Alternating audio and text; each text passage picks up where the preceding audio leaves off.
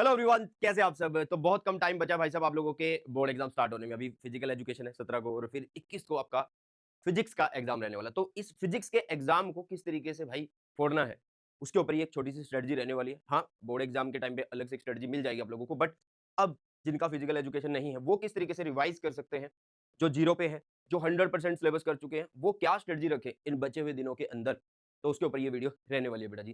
तो मैं आप लोगों को बस ये बोलूंगा कि इस वीडियो को पूरा देख लेना और इस वीडियो में बताई गई हर एक चीज को फॉलो कर लेना, तो 101% आप लोगों के बहुत अच्छे नंबर आने वाले हैं। ओके, तो चलिए आगे बढ़ते हैं। सबसे पहले एक बार डिस्कस कर लेते हैं किसके बारे में यार, सिलेबस के बारे में। सर सिलेबस क्यों बता देते हो हर वीडियो में, आपकी हर स्ट्रेटजी वीडियो में होता है बेटा।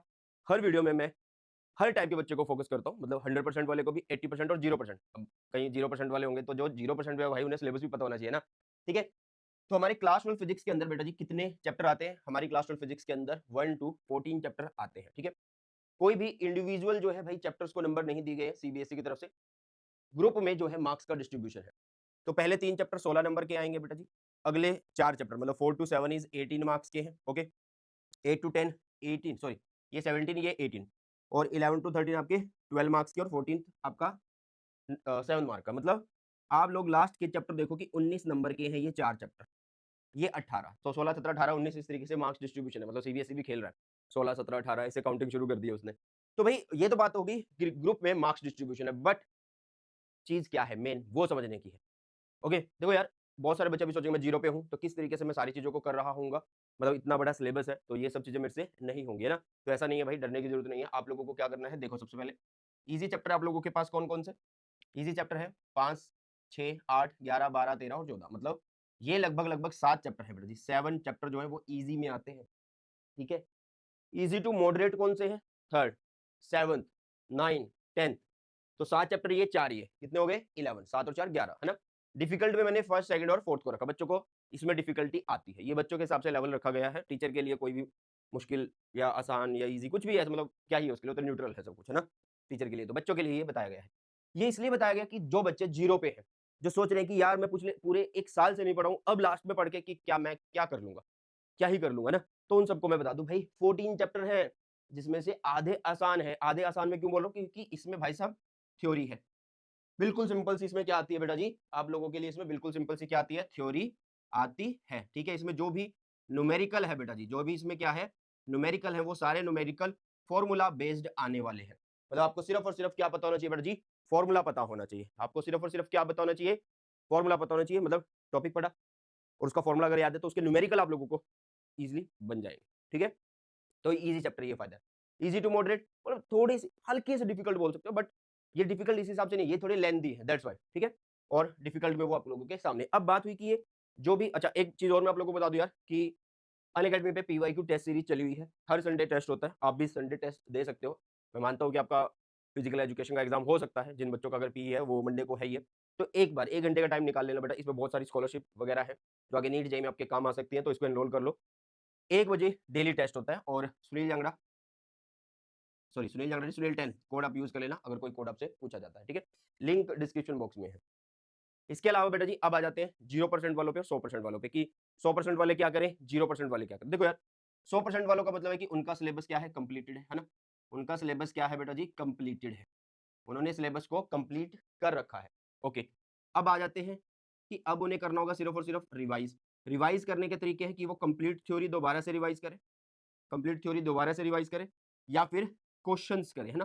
क्वेश्चंस करें। ओके बेटा, क्या करें? क्वेश्चंस करें। क्लियर है? अब ध्यान से सुनो कि थ्योरी के लिए आप क्या कर सकते हो, वन शॉट वीडियोस है उनको देख सकते हो, बट मैं प्रेफर नहीं करूंगा, क्योंकि अगर तुमने पूरा सिलेबस कर रखा है तो तुम्हें नहीं देखनी चाहिए वन शॉट वीडियो। तुम्हें सिर्फ और सिर्फ अपने नोट्स से पढ़ना चाहिए।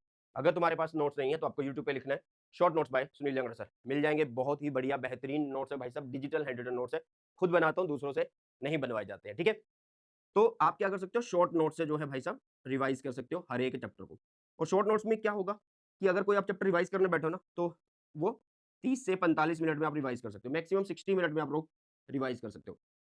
देखो अब पेपर है, तो पेपर है तो आपको क्या करना चाहिए, आपको सेल्फ स्टडी का जो अपना इंटरवल है, ड्यूरेशन है, वो बढ़ानी चाहिए। ठीक है, तो आप लोगों को क्या करना भाई, जो सेल्फ स्टडी आप लोग कर रहे हो, जब आप थ्योरी पढ़ लोगे इस चैप्टर की, तो उसके जो बचा टाइम है, मान लो आप 10 घंटे सेल्फ स्टडी कर रहे हो और फिजिक्स पे फोकस्ड हो, 1 घंटा ये किया, आधा घंटा रेस्ट भी कर लिया, उसके बाद बाकी टाइम अपना प्रैक्टिस में निकाल दो, क्वेश्चंस की प्रैक्टिस करो बेटा जी। और क्वेश्चन की प्रैक्टिस कहाँ से, कौन से की करें भाई, प्रीवियस ईयर की प्रैक्टिस करो बेटा जी। किसकी करो प्रैक्टिस, प्रीवियस ईयर की प्रैक्टिस तुम लोगों को करनी चाहिए।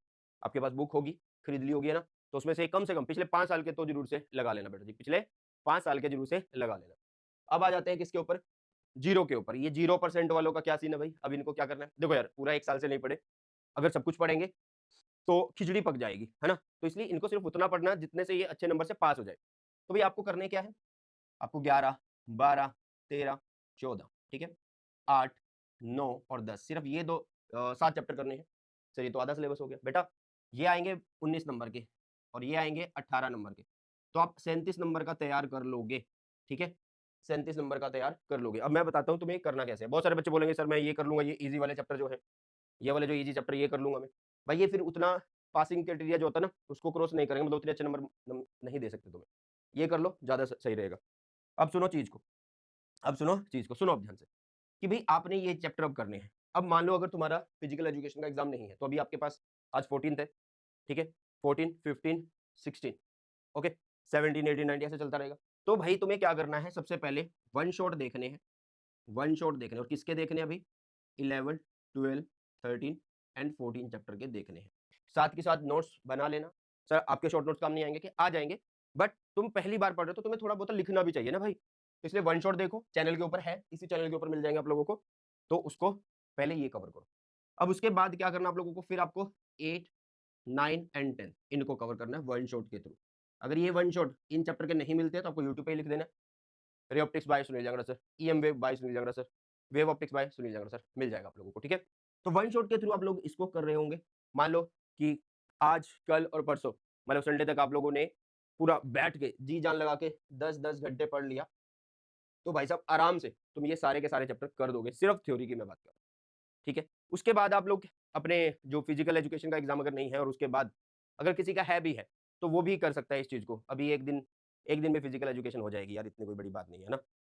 तो निपटा देना इसको, संडे वाले दिन पढ़ लेना फिजिकल एजुकेशन, आज और कल पढ़ लो क्या फिजिक्स भाई साहब, ठीक है? तो अभी ध्यान से सुनना, भाई अब तुमने थ्योरी कर ली है, अब तुम्हारी बारी आ गई है क्वेश्चन की, क्योंकि क्वेश्चन नहीं लगाओगे तो फिर बात बनेगी नहीं, है ना?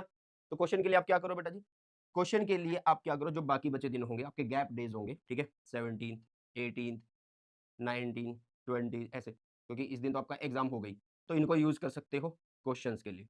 और इनमें ये नहीं है कि आप पूरे के पूरे 4 दिन क्वेश्चन करते रहो। आपको करना क्या है, एक दिन दोबारा से इनको रिवाइज़ करना है, फिर क्वेश्चन करने हैं, फिर से रिवाइज़ करना है। अब रिवाइज़ में ये नहीं कि पूरा-पूरा दिन लगा दो, 4-5 घंटे में पूरा सिलेबस रिवाइज़, ठीक है?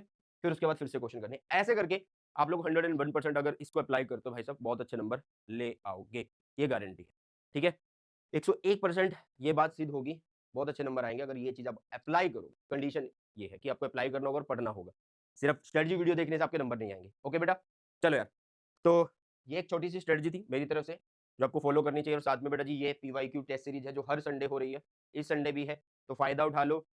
देखो, अगर आप इस टेस्ट में एनरोल करते हो, मान लेते हो तुम्हारा फिजिकल एजुकेशन का एग्ज़ाम है, तो भाई उसका भी तो टेस्ट है यहाँ पे, उसको भी दे सकते हो आप लोग, ठीक है? उस टेस्ट को भी आप लोग यहाँ पे दे सकते हो। चलो भाई साहब, तो फिर मेरे ख्याल से स्ट्रैटेजी समझ में आ गई होगी और एक बार ये easy to moderate difficult chapter का स्क्रीनशॉट ले लेना, ठीक है?